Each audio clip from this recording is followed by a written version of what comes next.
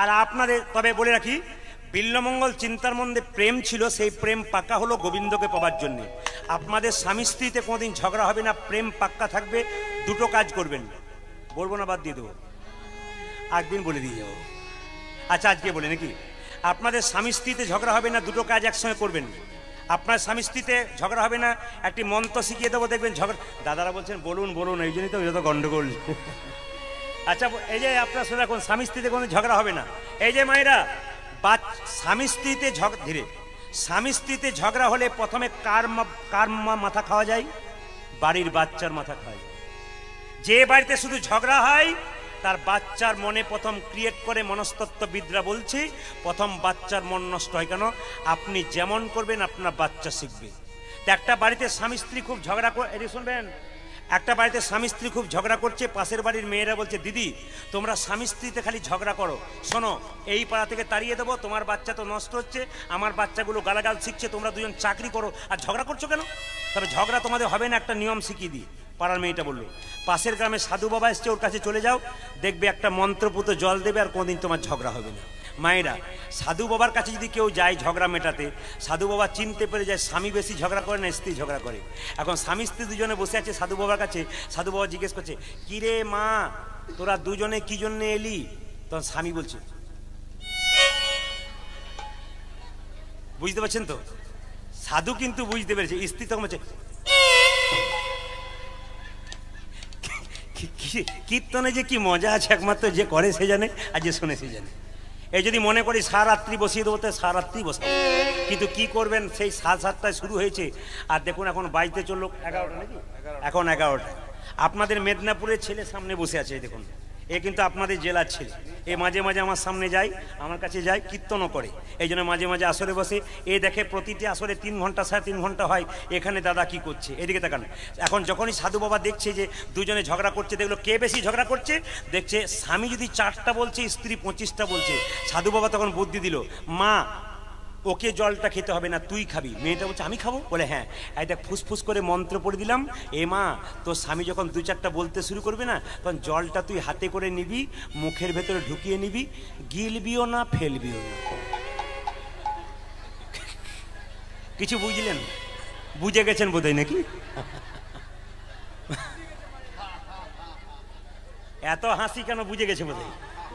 বলছে জলটা নিবি, মুখে ঢোকাবি, গিলবিও না ফেলবিও না। তার মানে কি বুঝেছেন? এ সংসারে কোন স্বামী স্ত্রী সব, আচ্ছা এ সংসারে কোন দম্পতি সবচেয়ে সুখী বলুন তো? যার স্ত্রী বোবা, যার স্বামী কালা, তার কোনো নাই জ্বালা। এইদিকে আপনাদের স্বামী স্ত্রীতে কোনোদিন ঝগড়া হবে না। ভাগবত কি বললো? দুটো কাজ একসঙ্গে করবেন। ভাগবতীয় কথা কি? দুটো কাজ একসঙ্গে, যেমন বাস্তব তার সঙ্গে ভাগবতীয় কথা আছে। কি বলছে? দুটো কাজ একসঙ্গে, কি? ভজন আর ভজন। স্বামী যদি বেলা 3টে আসে তাকে দেবেন, তারপর ভজন করবেন, প্রেম পাকা। আর যদি বলেন বিউটি পার্লার থেকে এলাম, ডিজাইন ভালো আছে, দরকার না, আমি আগে খেয়ে নেবো, তাহলে গন্ডগোল আছে। আর ভজনটা কি? সন্ধ্যাবেলায় স্বামী স্ত্রী একসঙ্গে বসে ভগবানের ভজন। দেখি একবার ভজন করা যাবে? হাততালি দিয়ে করা যাবে? আনন্দ করে করা যাবে? যারা আনন্দ করবেন তাদের ঝগড়া হবে না, আর যারা দুঃখ করে গাইবেন তাদের ঝগড়া লেগেই থাকবে। দেখি কারা কেমন আনন্দ করতে পারে। ভজিরে হরিকা নাম প্রেম সে হাতে একসঙ্গে, বাহ, একসঙ্গে একসঙ্গে একসঙ্গে।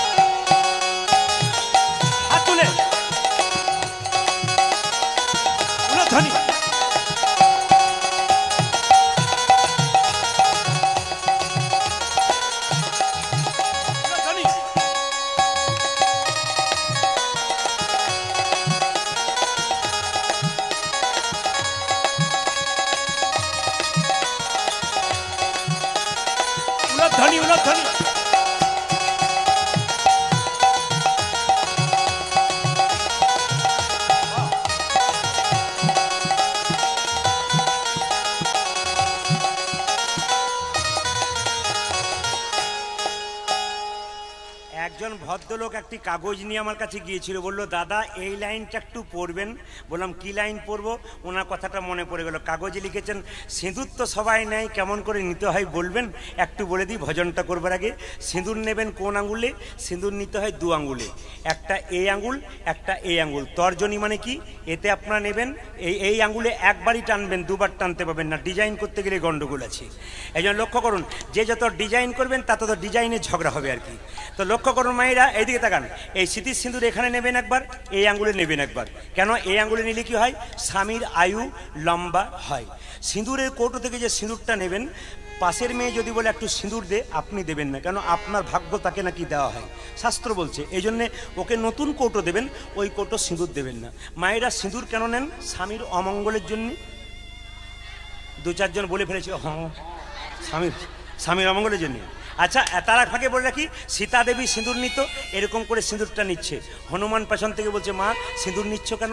বলছে তোর প্রভুর একটু মঙ্গল হবে বলে। হনুমান কি করলো? সিঁদুর যখন সীতা এরকম নিচ্ছে, বলছে মা তুমি লম্বা নিচ্ছ কেন? সীতাজি বলছে, ওরে হনু, এই জগতে যে মেয়ে যত লম্বা সিঁদুর নেই তার স্বামীর আয়ু তত লম্বা হয়। বলছে তাহলে খাটো যে নেই তে কি হবে? যাদের খাটো আছে তারা তাড়াতাড়ি মুখ বুঝছে, গন্ডগোল আছে বোধ হয়। খাটো যাদের নেই তারা কি হবে? সীতা তখন বললো, এই সংসারে যে মেয়ে যত খাটো নেবে তার স্বামীর আয়ু তত তাড়াতাড়ি খাটো হবে। এবার লক্ষ্য করুন, যে স্মৃতি থাকতে দেখবেন, কিছু মনে করবেন না, এখনকার সমাজে স্মৃতি থাকতে মেয়েরা স্মৃতির পাশে সিঁদুর নিচ্ছে। তার মানে কি? একদিকে স্বামীকে অপমান করছে। সিঁদুরটা স্মৃতির সাইডে দিয়েছিল না স্মৃতিতে দিয়েছিল বলুন?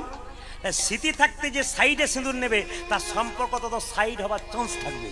ওই জন্য আপনার সাইড করবেন না। হনুমান যখন এরকম করে সিঁদুর নিচ্ছে, সীতা যখন সিঁদুর নিচ্ছে, হনুমান কি করলো? সিঁদুরের কৌটোটাকে নিয়ে 50 হাত দূরে গিয়ে এদিকে তাকান, সিঁদুরের কৌটোটা গোটা শরীরে ঢেলে নিল। হনুমানকে বলছে সীতা, ওরে হনু, এই জন্য লোকে তো হনু বলে, তুই তো বোকা। আমি সিঁদুরে সিঁদুর নিচ্ছি প্রভুর একটু মঙ্গলের জন্যে, তুই গোটা শরীরটা শরীরে ছড়িয়ে নিলি সিঁদুরটা। হনুমান কেঁদে কেঁদে বলে, ও গো মা, প্রভু তুমি যদি একটু সিঁদুর না প্রভুর মঙ্গলের জন্যে, আমি গোটা সিঁদুরটা শরীরে ছড়িয়ে নিলে প্রভুর আমার কত না মঙ্গল হবে। এখানে তত্ত্ব মানে কি? রামচন্দ্রের দাস হলো কে? হনু। তত্ত্ব দেখুন, তত্ত্বের দিকে আসবেন। রামচন্দ্রের দাস হলো হনু, দাস হলো হনু, দাস হলো হনু। রামের কোথায় থাকে? পায়ে থাকে হনুমান। এখানে হনু কে বলুন তো? হনুমান এ ডাল ও ডাল, এ দালান ও দালান করে। আমাদের প্রত্যেকের কাছে হনু আছে। সেই হনু কি আমাদের মন। একবার কীর্তন শুনতে শুনতে মন বাড়ি যায়, একবার কীর্তন শুনতে শুনতে মন কালকে পুজোর কথা ভাবে, একবার কীর্তন শুনতে শুনতে মন ভাবে কালকে বাপের বাড়ি যাব, একবার কীর্তন শুনতে শুনতে মন ভাবে ঘরে গিয়ে ঘুমোবো। তাহলে মনটা হনু এই জায়গায় ঘুরে বেড়ায়। এই মন রূপ হনুকে যদি আপনারা মনের দাস হয়ে যান, মন যা বলে তাই করবেন, তবে আপনি হেরে যাবেন। আপনি মনকে কি করতে হবে? মনকে দাস করতে হবে, নিজেকে রাজা হতে হবে। আপনি যেমন চালাবেন মন সেই রকমই চলবে। রাস্তাতে একটা পেয়ারা গাছে পেয়ারা ঝুলছে, মন বলছে পেয়ারা তুলে নে, কিন্তু আপনি যদি বলেন আমি না যাব না, দাস করব। রাম যেমন হনুকে দাস করেছিল, মনকে যদি আপনি চরণের দাস করতে পারেন, আপনার জীবন যুদ্ধে আপনি জয়ী হন। প্রেম আর গাইব না, এবার রাখি না, এবার শেষ করে দিই। 11টা 15 বেজে গেল, অত সোজা নাকি? আচ্ছা, হাততালি দিয়ে সবাই মিলে যে ভজনটা গাইছিলাম প্রেম সে, হাততালি দিয়ে একসঙ্গে বাজাও বাজাও।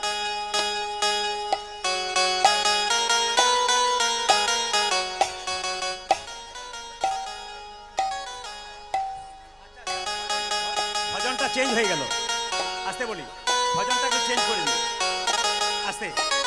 রামনবমীর দিনে হনুমানের ছবি, ঝাড়খণ্ডে আমরা প্রচুর গান করি। রামনবমীর দিনে ওখানকার মেয়েরা কি করে জানেন? লাল পেরে শাড়ি নাই, একটা হাতে সিঁদুর নাই, একটা হাতে হনুমানজির পতাকা নাই। হনুমানজির মন্দির যেখানে আছে ওখানকার মেয়েরা কি করে? একবার 2000 মেয়েরা লাইন দিয়ে সিঁদুরের কৌটোটা নিয়ে যায় আর পতাকা নিয়ে যায়, নাচতে নাচতে এই গানটা গাইতে গাইতে হনুমানজির চরণে সিঁদুরটা দেয়। হনুমানের চরণে যে সিঁদুর দেয় তার সিঁদুর কিন্তু দীর্ঘায়ু হয়ে যায় মা। ওই জন্য